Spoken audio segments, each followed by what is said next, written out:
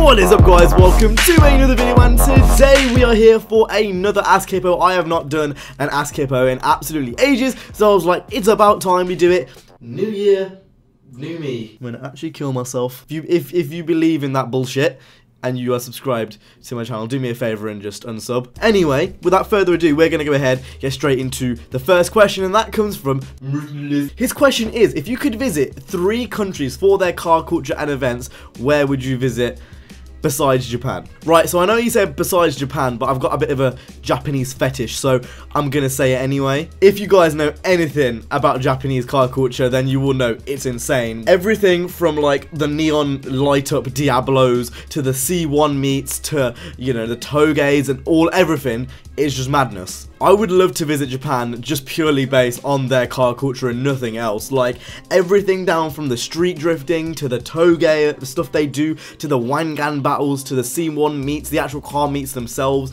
to like the little kind of car park meets they do, everything.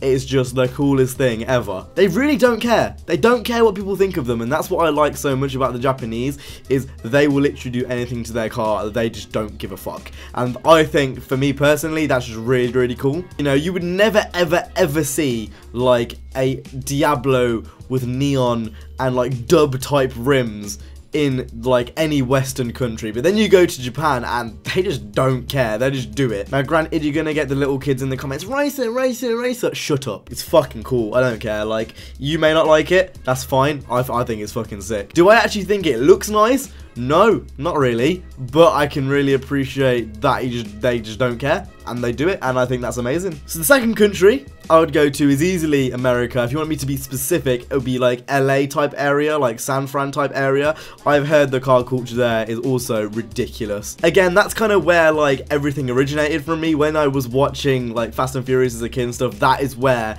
it began. So it would be really cool to visit those little areas and just see like what LA and San, like that kind of coast is all about. And also like events like, what's it called, H2O, and that would be really cool to go to. Loads of little car events there. So yeah, definitely for my second choice, it would be LA, kind of America way. And then my final choice, and I'm only picking this because of a specific reason, I would go to New Zealand. So I've got a friend who lives in New Zealand, and you know, he's always telling me about how the car culture there is fucking ridiculous.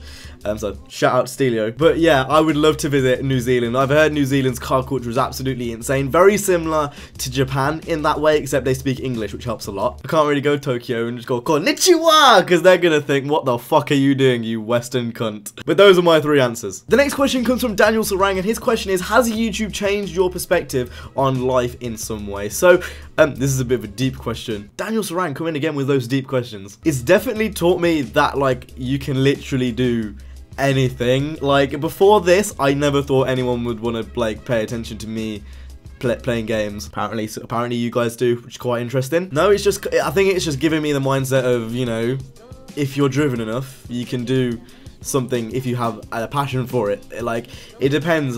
I think it's just taught me, if you've got a passion for something and if you're that driven, you can do it.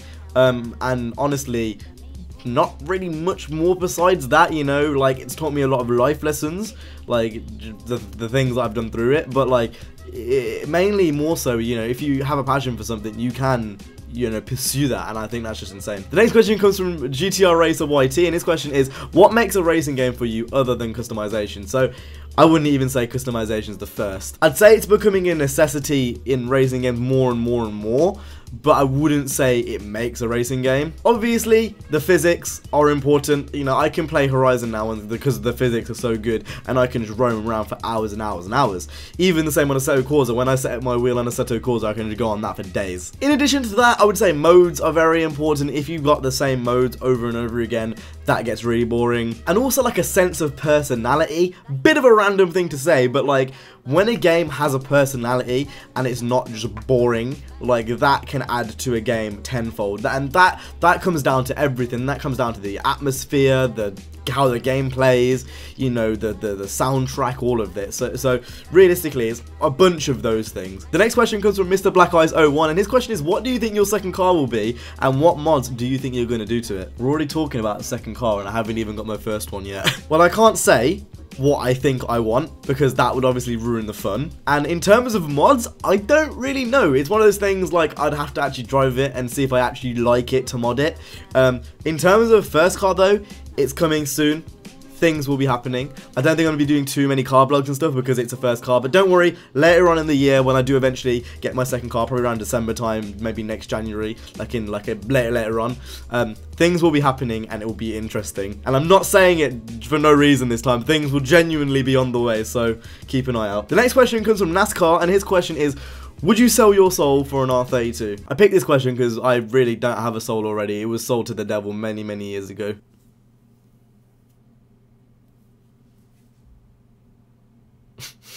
The next question comes from Eli, and his question is, what is your opinion on the game Blur? So I've actually got Blur. I don't know where it is. I think I'm using it in my pile because basically my tripod broke, so I'm kind of using a bunch of games to stack up on top of it. Anyway, a lot of people really do like Blur, and I can't say I'm personally one of them. It was like trying to do Mario Kart with licensed cars, but like for me, if I want to play Mario Kart, I'll just play Mario Kart. I don't know, a lot of people liked Blur, but I wasn't big into it. It was good if you want to get a lot of people around a screen and just play a game and everyone can join in. But for me, it wasn't my cup of tea, and it was the same for a lot of action games that came around that time. I know GTI Racer always asks about, I think it's called Split Second. I didn't really like Split Second either. I don't know.